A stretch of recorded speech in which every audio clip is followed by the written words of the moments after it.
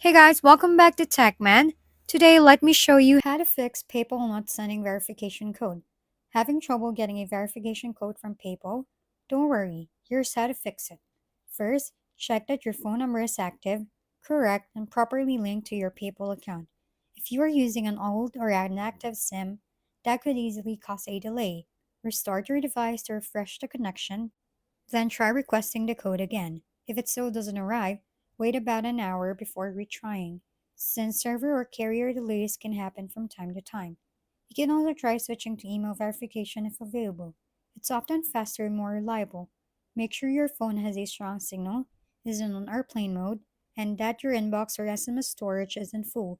If you're still not receiving it, consider turning off any spam filters or message blocking apps that might intercept it.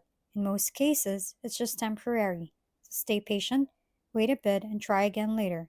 That should have your verification code working in no time. If we've been helpful, kindly give us a thumbs up, and don't forget to hit the subscribe and bell button for more contents. For any questions and suggestions, comment down below.